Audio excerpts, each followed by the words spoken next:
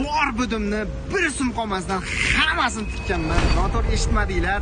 2021-yil bundan 5 yil oldin bor budimni yiqqanimda mana shuncha dollar bo'lgan. Na uyim bor, na bir tayinli ishim bor. 26-27 kirib qo'yganman, oila qilishim kerak. Hali hech narsa yo'q. Bor budim faqat shu xolos. Lekin o'sha paytda do'stlarimiz bilan biz bir biznes qilamiz, brend qilamiz deb niyat qilgan edik. Dadamga telefon qilganman, dada deganman, shunaqa biznes qilmoqchimiz. Nima deysiz deganda dadam aytganki, yurang urayotgan bo'lsa qilib olam. Men aytganman, bor budim shu, qo'limda turibdi. Biz biznes qilib o'rganmaganmiz. Balkim o'xshamay qolsa shunday havoga uchib ketadi. Mendan norozi bo'lmaysizmi deganda dadam aytganki, bolam sen sog' bo'lsang bo'ldi. Agar shu rizqimiz bo'lsa zo'r bo'lib ketadi. Agar qismatda bo'lmasa, unda ham men sendan ming roziman. Sababini qilib ko'raver degan.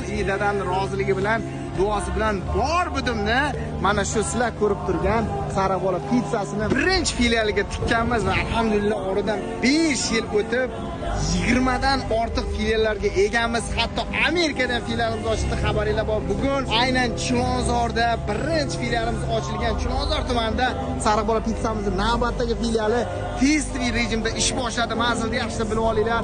Mana Bunyodkor stadioni, bu yerda Qo'zirobod masjidi, shunda chorrahani yonida Sarabola pizza. Sizlar bo'lmaganinglarda pizzamiz bu darajaga kelmagan bo'lardi. Yana bir marta sizlarni podpishkalarda umidvor bo'lib ushbu videoni joylayapman.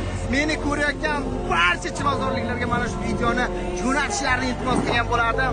Uzoqdan uzoqjon deydiganlar videoga bitta like bosib, bitta yaxshi niyat bildirib qo'yingizlar. Kambag'al bolalar milliy brend qilaylik deb kuyib pishib yotibdi. Milliy brendimiz rivojlansa, yurtimiz rivojlanadi.